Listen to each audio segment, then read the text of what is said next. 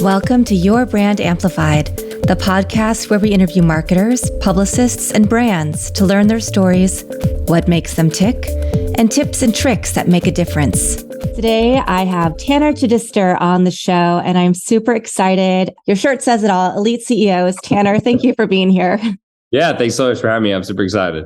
Me too, especially with our pre-conversation about our nonprofit and philanthropy work. I always love it when I meet kindred spirits. So let's get into your story. Let's talk about you grew up as one of 7 kids. You had your big dreams. They had to evolve and change. So please share that journey with us. Yeah, so I grew up, like you said, one of 7 kids. I have 4 sisters, 2 brothers. I am the oldest boy, so I'm kind of 3 out of 7, if you can call that the middle. Okay. I would say grew up in a very conservative household. My parents are very religious. Mm-hmm. And I think I was a little bit on the weird side because I had 2 older sisters and we would do tea parties and dress up. And, I didn't really have that older brother to kind of say, hey, man, you might not want to go down that path. So around about 6th grade, I really started noticing I was getting made fun of a lot. I think it also happened before, but I really picked up on it. And so I actually went to my parents and said, hey, before school, I want to start working out. And they would take my sisters to Bible study and they'd drop me off at the gym at like 5 a.m. Then they pick me up at 7:30 and take me to school. Oh, and about 3 months later, I started getting compliments and I started noticing, hey, like this helps me excel in sports. And, most guys at 12 are not lifting weights. And so I really fell in love with it. And that was the first time I saw that hard work pays off, or, hey, if I put my mind to something, I get this, reward on the back end, even if it's hard in the beginning. And that really just paved the way for me to try to get to the NFL. And so I got all the way to the Division I level, got a lot of injuries. I also don't think I was good enough. I played with some first round picks and they were actually, we're talking about Ghana. I don't know if you know Ezekiel Ansah, but he played for the Lions. And anyways, he was from Ghana and he never played football in his life and went fifth pick in the draft. Yeah, he's a freak. So anyways, when that ended, I had good grades. I was doing engineering, petroleum engineering, and I sat down with a mentor and he just said, hey, what are your goals? And now that football was over, I said, I want to make a lot of money and for XYZ reasons. And he said, well, engineering, it pays good, but you're not going to probably make, the millions of dollars you're looking to do. So he convinced me to drop out and I had about a year left. Very scary. Family was not on board. Girlfriend at the time broke up with me because of it. Her mom was not on board. She's like, hey, you better get off this sinking ship. And I just went to his office and I started learning everything I could about marketing and sales and funnels. Mm-hmm. And the first 2 years I didn't make a dime. And then after leaving, because I felt, hey, I'm 24 now, I need to try to get on my own. I did some door-to-door sales jobs and I worked as a server. And then I finally kind of figured it out, so to speak. And I started selling a high ticket fitness program. And I did $1 million that first year. And then the next year we did 10, then the next year we did 15. And now we do in excess of that, sometimes over 20. And yeah, it just completely changed my life. We've been around about, 5-ish years now, maybe like 5.5. Mm-hmm. And yeah, so it's been a cool experience. Obviously, it never gets easier and you always want to strive for more. At least I do. So it's like, what is it? Proud, but never satisfied. So I feel that way a lot. When I look back, I've been very blessed and I'm very, lucky to be where I'm at. 100%. And I think something that you said about your journey really struck a chord with me because I think a lot of times people think as entrepreneurs, they only see the success side, right? Whether you're an athlete or an actor or a singer or an entrepreneur, when you hit it big, but people don't see all the work that you put into it to get there and all of the other, I don't want to say failures, but lessons you learn along the way, the things that you tried that might not have hit, but you still learned something that helped you get propelled to the next level. Yeah, 100%. It was funny you mentioned that because when I started making money, people just see this immediate success. But it was funny because I spent the 2 years in the mentor's office learning how to build products and funnels and marketing. And the only reason it didn't really work is I was trying to sell a $47 product. I didn't have any money and I thought that people would just click my link and buy. That was naive of me. But I learned all these skills and then I did door-to-door sales. I worked as a server. So I got very good intrapersonal skills and I saw, live how people think in person because you don't have a lot of time to think. I mean, the second they say something, you've got to pivot and they're not very happy you're at their doorstep. So when I changed my price point, that was the biggest thing. I was like, all right, I'm going to stop trying to get people to buy through my link. I'm going to get them on the phone. And all of a sudden I was getting $3,000, $2,000, $5,000 payments. And for me, that was, if I made $3,000 in a month, that was good. Mm-hmm. And I remember I made 10K my first week and I was like, it all makes sense now. I was a little upset. It took me that long to get there. But in hindsight, I don't think that would have happened that fast if that hadn't happened before. And so I think I was kind of blessed in that way to go through some hard times. Yeah. So that was fitness. Were you always selling a fitness product or did you pivot to that? No. So what I do now, I actually never thought I was going to do it. I was very adamant. I actually would just say, man, I can't believe all these people who do this business consulting. They've never even built a business outside of business consulting. I would get really heated about it because I went through a lot of programs and coaches and I felt, man, this isn't good enough. But ironically, once I started doing very well in fitness, specifically trainers started asking me for help. So typically even now, like if I go to a gym, someone usually says something like someone has seen one of my like fitness ads. And so it started by having about a waiting list of 15 people. Nice. And they were all like, hey, I want to work with you. I was like, dude, I don't really want to get into this. Like I want to do my fitness thing. But I was 25. And after I had about 15 people, they said, look, we'll pay you about 10 grand. As a 25-year-old, I'm like, all right, like this is too good to pass up. And so all I started doing is everything I was doing on my fitness business, I started showing the back end operations and the marketing. Yeah. And then that got really big. And then that's actually how Elite CEOs came about because I wanted a brand that encompassed everything. And, in hindsight, that might have been a mistake, but it was just at the time, I was just moving so fast and so quickly. And I was getting so many people coming to me that, I think I was just like hitting the ground really hard when the iron was hot, so to speak. And so I really did, especially, this was at the same time I was growing, COVID happened. And so COVID, my sales went up even steeper because everyone was trying to transition online. So I think sometimes when things are good, you just got to move fast because it doesn't always stay that way. Yeah. My business scaled really fast during the pandemic. So I think that was a time when people are really like panicked and trying to figure things out. And so they went to people that knew what they were doing in whatever space they were in, that they saw that success. And you clearly, some of the statistics say that COVID moved us all to digital, especially small businesses, about 7 years faster. So the fact that you already had all of these skills and had built this up really helped position these companies in a much better space than they would have been if they hadn't been able to find somebody like you. Well, and it's interesting as well that a lot of the conversations I've had with people who've sold their companies for over $1 billion, they almost always have an internet marketing background because what's interesting is, the internet marketing world is kind of small, but as you get into bigger companies and bigger spaces, a lot of these CEOs or founders, they're very good at building products, which is obviously extremely important, but they don't know how to market it. And so these guys who sell for over $1 billion, they usually go in and they create a great product, but then they also know how to push it. Right. And that's been very interesting for me to see because sometimes I would say the internet marketing space, as I've gotten older, it gets a little more flack. And I think it's just the 80-20 rule, 80% of the stuff can be kind of not that good and 20% is, which isn't necessarily fair, but it's a very unique skill set to have. And it can really help you make, a lot of money at any time because the reality is like, I can take almost any product and I know how to push the buttons and generate revenue. And that's obviously a very valuable skill. Absolutely. And how was the transition? Because I think marketing is often thought of as creative and engineering is more linear. So how was that transition going from the world of engineering and then going into internet marketing and learning all of these new skill sets? Do you think that engineering helped or it was just totally different? Well, yeah, it's a great question. I still don't think I'm the most creative person ever. I think I have a little bit of a balance, but I'm definitely very logical. And so honestly, when I started, luckily I didn't have to be too creative. My funnels were terrible. And all I really used was like this really shredded picture of me. I must have been 5% body fat. I was very lean. Wow. And I used that same ad for a full year and it just drew so much attention. And actually what I did is my funnels didn't really convert that well. And I got frustrated and I started messaging every single lead. So really, right. I would just run ads. I would message every single lead. Then they would agree to go on a call because I'm very good at persuasion and sales. And I was like, man, I'll just do it this way. Like, this isn't ideal, but it's what works for me. So I don't think I had to get too creative. I think obviously as you step into the higher levels, like where I'm more removed from my companies now, a lot of it is strategy. A lot of it is obviously team building. Your company only goes as far as your talent and then, being more creative. So I think it stretched me in that aspect. And I think that's what I love about business is the way I view it is to get to higher levels, you have to become a new person. A lot of different ways. And so that's why I think I keep going because I hit a point probably 3 years ago where I was really questioning why I was working so hard. I was like, I don't really need more money and, I'm making a ton. I don't really feel that happy. And like, I had to really dive deep why I'm pushing so hard. And I think part of what I've loved in business is like, I do enjoy the push. Like it really does help you grow and mature as a person. So I still have a long way to go in a lot of ways, but that's probably a big thing I like. But yeah, the logics help me numbers wise because business is very much numbers. Well, let's talk about team building and leadership, because before we got on the interview, you were talking about how you're based in Miami, you're in Dallas right now, but you're traveling the world. Mm-hmm. So has your team, once you got to this level of success, has it been virtual? Do you have offices? And how do you find and build the right people to run things so that you can be the strategist and the bigger picture thinker and be onboarding, higher level projects?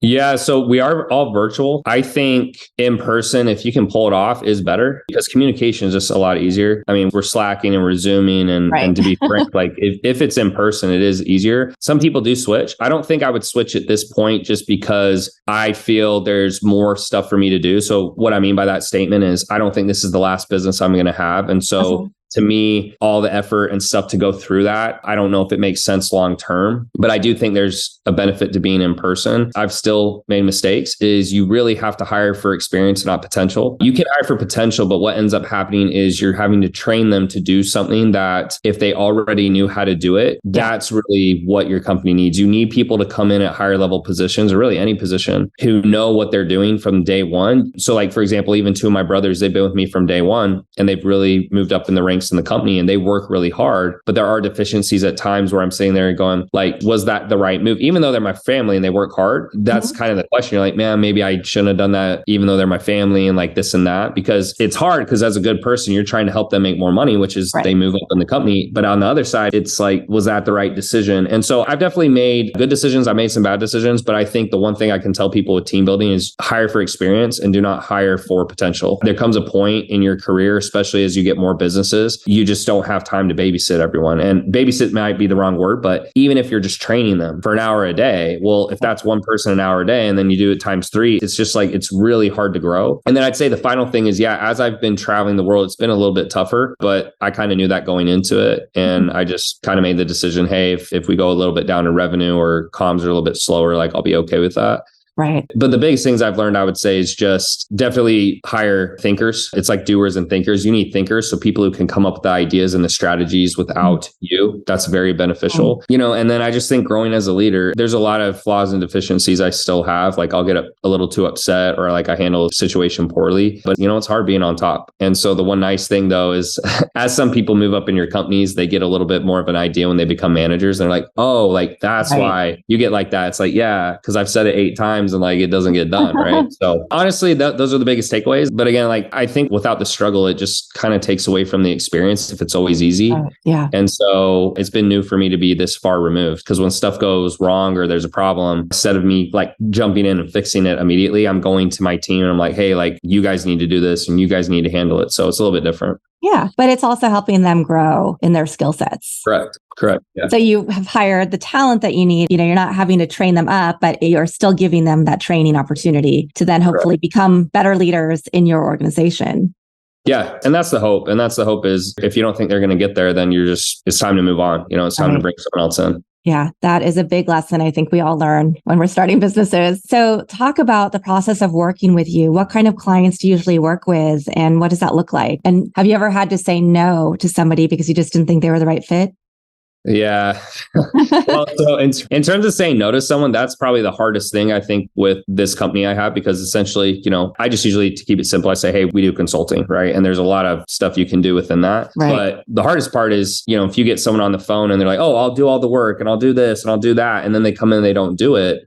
It's tough because they said they would. So I think saying no sometimes, unless you can just really tell, this person, there's just no way it's going to happen. I think that is a tougher thing to do. So what we try to do is just be very upfront with people. Say like, hey, this is like digging a hole with a toothbrush, or the analogy is, hey, a toothbrush versus a shovel. Doesn't mean it's not hard, but it's just obviously easier with the shovel. In terms of people we work with, usually a lot of trainers. We still get a ton of trainers because that's where I started. And I have a little bit of I'd say presence in that space. The other one is just, I would say you're more online general business owner. So, it might be a marketing agency or, people who do stuff with like YouTube channels, authors, speakers, just kind of more your general. And, sometimes I don't know if that was a good move where we were kind of very niche and now we kind of got more broad. I guess it depends on who you talk to or what books you read. That's really who we focus on the most and it's people with online businesses. And then inside of that scope, we have done for you services where like we'll hire and train their sales teams, we'll run their ads, we'll set up their CRMs. Nice. And that just really came from what else do our clients want? And then that becomes more of your back end offers that you can upsell on the back end. And so more of the done with you is on the front end. And then the back end is more of the, like the done for you stuff that people are like, hey, just do it for me. I don't want to deal with it. And so we do that. Yeah. Yeah, I think that is one of the hardest things. When you look at the marketing landscape, there's so many different things involved in it, right? On the sales side, on the digital side, your social media, your website, your blog, like everything that you have to have cohesive messaging on. And there are so many companies out there that try to say that they make it easy, but I think they're actually making it more difficult, because then everybody thinks they can just go on, set up their CRM, and they're not doing it necessarily correctly, or there's something that's still missing because that's not their elevated skill set. And that's why a company like yours exists. Yeah. And the hard part too is, at least what I've noticed, is you have about a 2-year window when you come out with a new USP or unique selling proposition. And so everyone starts copying it and ripping it. And so then the question people say is like, well, how do I know which person to hire? Yeah. And even though, it may seem on the outside the services are similar, I usually tell people like experience, attention, specificity can vary greatly. But that's what kind of makes like the internet marketing space a little tougher, because unfortunately for people, information, the second they get it, it goes down dramatically in value. Wow. And anyways, I could get on a whole nother discussion about other businesses and stuff I've thought about, but I agree with you. And so it's been an interesting journey over like 5.5 years, because I've seen a lot. Like I've seen good stuff, bad stuff. I've seen in between. So it's been interesting. What's one of the best clients that you've had, like the best case studies that you have? We have some clients doing as high as 2 million a month plus. Wow. But I would say like, it's really not, I don't really think it's all us. Like, I think a lot of it is the person. I've even said that to people, because if you get a person who has somewhat of like maybe an athletic background, or maybe if they did just something where they were going to face some obstacles, or it wasn't just going to be super easy, they have maybe some sales experience. And then, really a lot of it is just how hard they're willing to push. And for me, I'm a little bit crazy. So I always would push, extremely hard. And I think our best clients, I don't know if they're exactly the same, but they're willing to work until it's done. They're not willing to just, oh, okay, it's this time, I'm done. They just really would go up and beyond to implement the things we said. And so, I wish I could take all the credit, but you're going to take all the credit for your best clients. You have to take all the credit for your worst clients. And so I think it's somewhere in the middle, where the best clients, they just need the direction, and then they'll do whatever it takes. I think the harder clients they get the direction, but then they don't want to do the work. And then that's where it gets very difficult. So, obviously the higher level clients you can get, the better. And like when I say higher level, let's say they're already doing at least 20, 30K a month, because they already have a little bit of a concept of, okay, this is hard. I know like what goes into this. And then it becomes more strategy versus maybe a beginner at zero. I think some people say, hey, if I knew it was going to be this hard, I wouldn't have started. I was like, yeah, that makes sense, because it is hard and it stays hard. And I don't think it gets easier. I just think you get better at handling it as a person. Yeah. Yeah. What are some of the other business ideas that you have? Because you said that this is not going to be your last business. And obviously you still have youth on your side. Yeah. There's nothing super specific right now. I actually have like a little sheet I was sharing on social media that's, 30 talks I've had with billionaires. And I actually like wrote down all their notes and the companies they built. Wow. If I could give you the biggest takeaway on this call to help people, is the number one thing I saw is that it was either very little fulfillment or virtually zero fulfillment. And then they had a very good internet marketing background, which I told you before. So I'll give you 2 examples. One guy's name was Scott Cohen. He sold his company Byte for $1 billion in under 2 years. Wow. And all he did is he took Invisalign, basically made it better. They had a lower cost of acquisition. He said like Invisalign was like $2,000. They would get it for like $400 to $600. And then he just beat them on everything. So yeah, like they were doing TV. I did social media. They did, this. They had a sales team in Costa Rica. I had a sales team in the US. Like he just beat them on all these little things. And he just said they kind of crushed them in marketing, which is a little bit more interesting to me, because it's almost like he wasn't first to market. He just made it better. I would say a little bit less likely it could work technically, but it worked out well for him.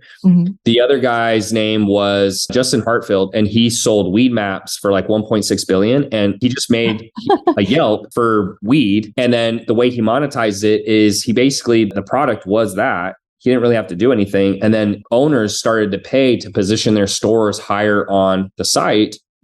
That was it. And I said, a lot of these guys have said like, how did you come up with the idea? And Justin was just like, yeah, dude, I just like smoking weed. And I came up with it. It's an interesting answer. And then Scott just said he saw a big market, and he was doing SEO before. He's like, I was doing SEO for companies, and then I saw this opportunity and I just took it. So I think what's also been interesting is a lot of these guys, they just almost, I wouldn't say they fall into it, but they're not really looking. They just see a problem. They're like, oh, like I can fix that. and then the company just blows up. They never say, hey, I'm going to build $1 billion company. So I don't have like anything in particular right now, but I'm just trying to be really patient. And I'm reading a lot of books. I'm talking to a lot of coaches. I'm traveling this year. Most of the travel came because I had a bunch of affluent people say, hey, you should travel. It'll open up your mind a little bit. So you'll know when I know, but I'm hoping like I want it to be something where I feel has higher leverage. That's a little easier because the hardest thing in the consulting world is getting the same results across the board. And why is that? Because every person comes in at a different level versus Uber. Everyone gets the same experience because you just click a button. And so if you can come up with something that can get the least of these, the least experience, the less skill, the least amount of skill set, and get the same result, that's when you're onto something. Because if you can't do that, the least of these is the reason like why you struggle to scale. Because even if they're not that talented or whatever you want to say about them, that's just reality. It's like you're going to get more customers like that than you're going to get customers like me.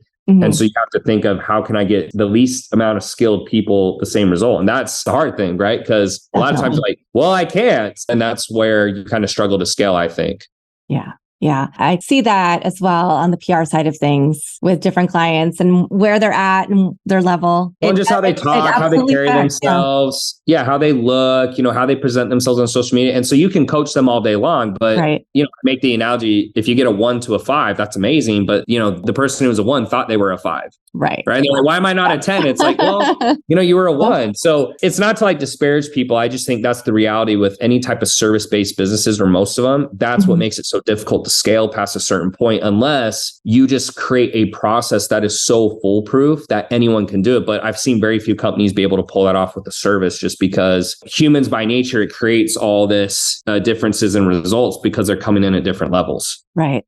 Yeah. Well, and I want to go back to something because you said at first fitness was your thing, fitness coaching, and then you've expanded. And I think that's really important for listeners to understand too. It is always best when you start with a very specific audience. It doesn't mean that you can't do that for other people, but get really good at that. And then other people will come and then you can expand your business. And so I think the way you went about it was really smart. And the fact that you now can work with all these other internet service providers and different companies that have online businesses, right? But you started in one specific area and then you grew because you showed a lot of success there and you knew that you could use that model for other people.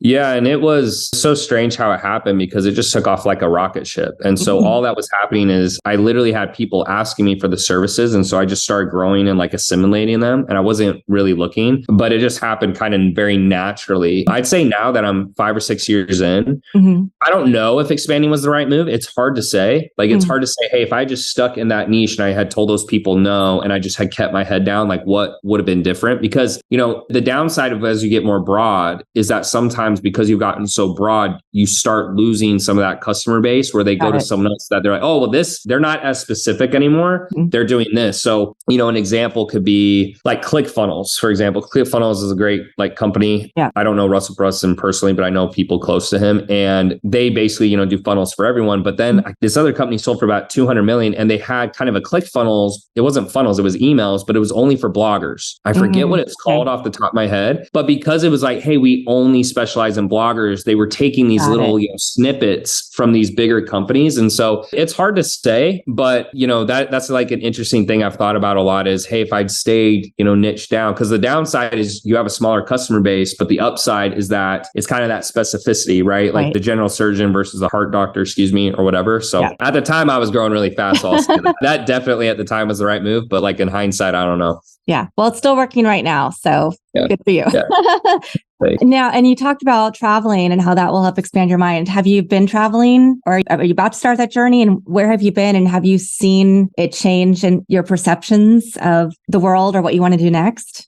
Yeah. So I have been traveling pretty much the entire year. I made a quick pit stop back in Houston to see my sister, she had a little bodybuilding show. So I went to that. I'm in Dallas seeing one of my team members for a couple of days, and then we're headed off to Africa. Nice. I pretty much had stayed on the west side of the hemisphere. So we'd gone to Costa Rica, Mexico, kind of the basics one, Chile. We went to Easter Island, Brazil. Brazil was amazing, by the way, Argentina. I would say the biggest thing that I usually take away is that, we're very very blessed in the United States, specifically. I'm based in Miami, and every time I go to most other countries, the infrastructures are much like older, not everywhere, but they don't seem as well kept. Economies are not as strong. I mean, when I leave Miami, I'm like, wow, everywhere else is very cheap, very cheap. Yeah. My money goes very far. But it's also interesting. Like, it seems like a lot of other countries, I don't know if it's just me, like my mindset, but it seemed to work a little harder, or they don't expect quite as much. I think sometimes in the US, it almost feels like entitlement quite a bit. People think they should just get stuff. And I'm not really sure where that comes from 100%, but it just seems when I travel, like they're very humble, they're very hardworking. They seem like to do a lot more for a lot less, which is interesting. I don't think in their head they know it's a lot less, but I'm like, man, that's a lot of work you're doing for, however much you're making. In terms of ideas of the companies, nothing has really stuck out. I have a couple ideas. Like I've thought about, maybe creating a real estate fund, because again, very easy fulfillment. Yeah. And then I essentially go out and market and take people's money and, promise them a good return. Obviously, got to keep my word or I'll go to jail. That's right. The very big thing with other people's money. Yeah, I definitely don't want that. I've thought about tech, because again, tech is very low fulfillment, but it's a little more complex on the front end. But there's nothing that has really just stuck out where I'm like, that's my next thing. So I have some ideas, but I think where I'm at now is, instead of just hard work, which has kind of got me to where I'm at now, it's really thinking, how can I leverage this opportunity? Yeah. And, the advice I got was, hey, dude, just go slow, because if you dive in and you make a mistake, you'll waste way more time than if you just take longer to pick and you choose the right vehicle. And I really think at a certain point, it really is more about the vehicle than like how hard you work or how many hours you're putting in. Right. Interesting. Yeah. Cool. Is there anything that we haven't talked about today that you really want the audience to know if somebody's an up-and-coming entrepreneur and they just need that, one or two pieces of advice that you haven't already given us?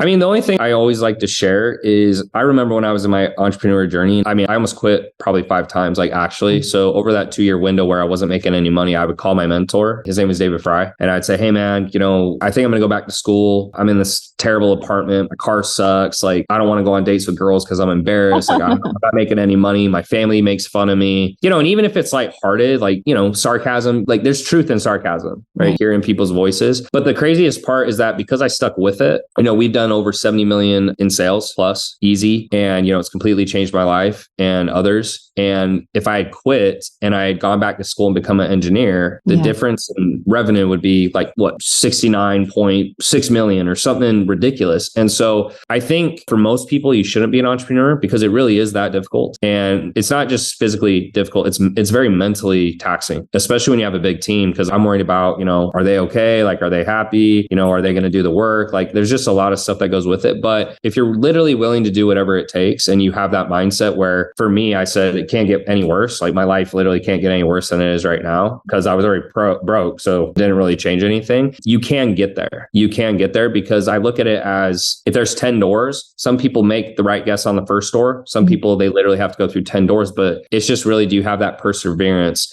So just for people listening, I like to make sure they understand that, there were years I didn't make a dime. And so some people, they start like, man, I'm only doing 30K a month. I was like, yeah, well, I was doing 0 a month, and just being willing to persevere and understand that people will tell you you're going to fail, but you only have to be right once for it to be untrue. And, if you think about it, every person you date, besides one, for most people, right? You don't marry them. You marry one person. So if your parents said, oh, that girl sucks and that girl sucks, like they're going to be right every single time except once. And so that was a really important lesson I learned, because all of a sudden, once it starts working, everyone's tune changes. Yeah. Oh, you're so smart. I knew you were going to do it. Da, da, da. I was like, yeah, you didn't know that when I was struggling. So I just say that more as not like something for people to like learn, but just like, if you're in that situation, like my heart goes out to you and I know how tough it is, and just like push through it, because on the other side, like it feels amazing, but you have to push through like the hard times. Because if it's not difficult and it doesn't suck, there's no such thing as a good time. I think that's why hard times exist, so we can like appreciate the good ones. Yeah. So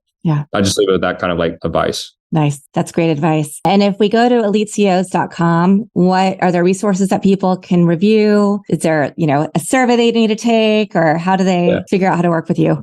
Yeah. So if you go to eliteCEOs.com, we're actually updating the site right now. It's not transitioned over fully, but it looks a million times better. I'm actually really proud of it. But yeah, if you go there, there's just a million like testimonials. You can just hear stories of other people. You have an opportunity to essentially book a call. We do have free resources on there. I'm not sure which ones we have rotated right now, but we have like a link to our Facebook group. But really what they do is they fill out a form. If the form that they don't qualify, we reach out and say, hey, we clarify. If they do qualify, we get on a call, and then, the call is usually 45, 60 minutes, walk through what makes sense for you, offer the service services. And then, if it's a yes, we work together. If it's not, no harm, no foul. And we always try to make sure, at least with my team, I try to make sure they at least leave with like 2 to 3 things they can take away, so that if they either can't afford it or they don't want to, they can go implement it on their own. Because when I was on the come up, I felt it was really hard to get advice. And I understand why now, because obviously you can't just help everyone for free. You got to make money. Right. But I try to give people as much advice as I can when we can, because, sometimes just even like a little bit of encouragement, you don't realize how far it goes for some people. So. Well, and you were talking about all the lessons from billionaires that you've been putting on your Instagram. Is your Instagram Elite CEOs, or is there another place? No. So if you guys want those notes, it's actually my personal Facebook profile. It's pinned at the very top. So if you just type in Tanner Chidester on Facebook, go to the very top. It's my pinned post. It's been shared it's getting like close to 1,000 times. Nice. And then you just comment down, and then myself or someone on my team more than likely will send you the notes. And then, they're all there, and they're all the conversations I had, and I tried to make them as succinct as I could. So those have been a big hit with some people. So I was really glad, because it took me a long time. I just want to give back as much as I can. And I think it builds a lot of goodwill with people as well. And so in the future, if you do have an ask, giving is always like the way to lead, because then people are more willing to take you up on your ask. So. Do you have a motto or a quote that you love? I mean, you've already dropped a lot of nuggets. I don't know if there's anything else, but. No. So there's a few I'll share with you. The first one is actually like the Nike one, just do it. Mm-hmm. I know it sounds cliche, but I would always be so inspired when I'd see their commercials.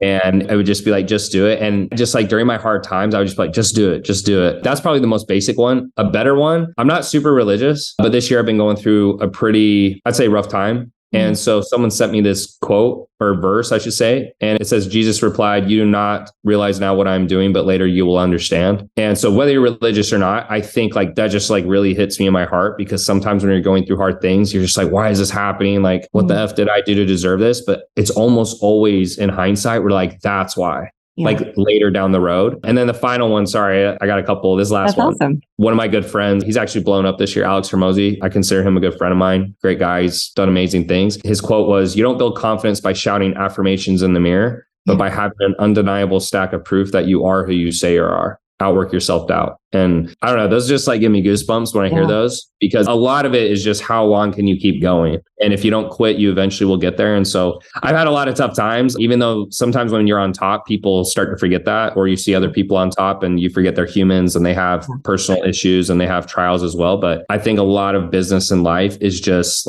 how much you can push through and persevere. And some of those quotes help, but the reason I put that, I was reading my phone, is they're literally on my phone, because it just inspires me when I'm going through tough times. So, well, I think we all need those reminders. So thank you for sharing. I love that you had 3 teed up and ready to go. Yeah, of course. Yeah. We all have tough times. I think you need a little inspiration sometimes. So for me, it's I look at my phone a lot. Having them right there is very helpful. Yeah, for sure. Well, I really appreciate you having this conversation with me today. And I know that our listeners will get a lot of value out of it. So thank you for being here. And I'll make sure to put Elite CEOs and all of your socials in the show notes so that people know how to reach out to you. I'll look forward to having another conversation when you're back from some of your other world travels to see how that's continued to impact who you are and what you want to do next. Yeah, likewise. And for what it's worth, you ask very good questions. I've been on a lot of podcasts. And so whenever someone asks good questions, it makes it easy to flow. It makes it more enjoyable. So I appreciate that. Thank you. Well, thank you. I appreciate that too. And to our listeners, thank you for listening to another episode of Your Brand Amplified. I'll be back again in a few days with another amazing entrepreneur story. Want more? Check out amplifywithannika.com or follow me on socials at amplifywithannika.